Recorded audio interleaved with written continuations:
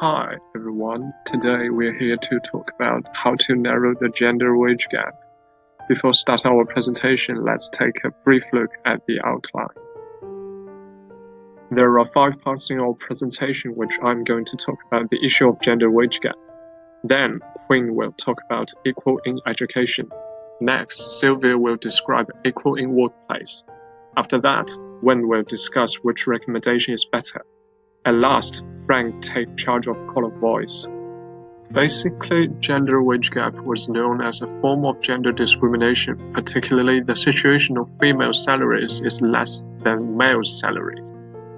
Almost every country has gender recommendations. There are 2 recommendations that should be made.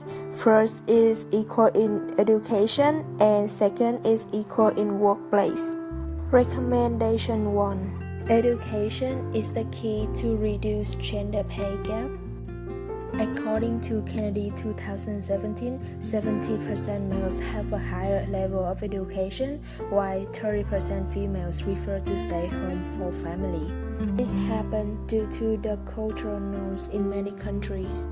Government should encourage women to have higher level of education, especially in some countries. They should make free education. One of the most significant benefits is that women will have same opportunities as well as equal in salary with men. In addition, there will be an increase in the number of women in the labor workforce. The result, this will lead to an improved and develop in the standard of living in society as well as make the economic growth as a whole. Those benefits are long-term and short-term. However, this recommendation, first of all, will need funding from everyone. Recommendation 2. It is recommended that organizations and governments should set quotas on companies' proportion of female senior managers. Increasing the proportion of female on the board has a positive influence on narrow the gender pay gap. This could allow more outstanding women to access to power, higher salary, and overcome commercial bias. By doing this, the difference between gender income can be fixed in a short time, but only a little bit. It needs government actions to force companies to do so. This includes effective policies and companies' cooperation. Okay, let's get started to compare these 2 recommendations. The first recommendation postulates that education provides the most effective framework for reducing the gender income pay gap. The government, in borrowing from theory incentives, is encouraging women to get requisite skill and competence.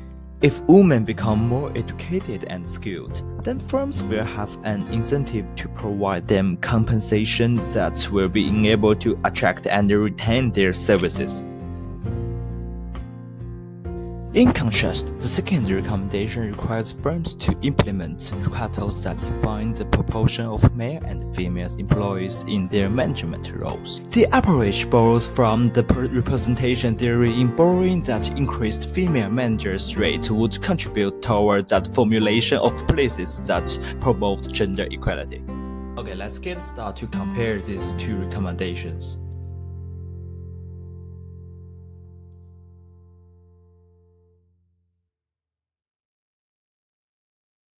In conclusion, there are 2 ways to reduce inequalities in gender income: free education and company management's preferential treatment of female workers.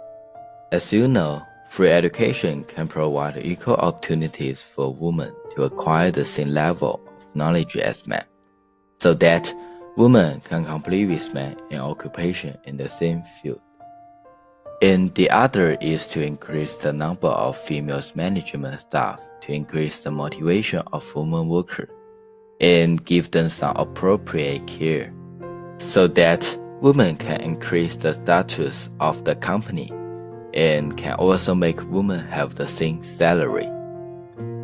If you like our videos, please subscribe on solution2gwg.government.com or send email to support us. created using Powtoon.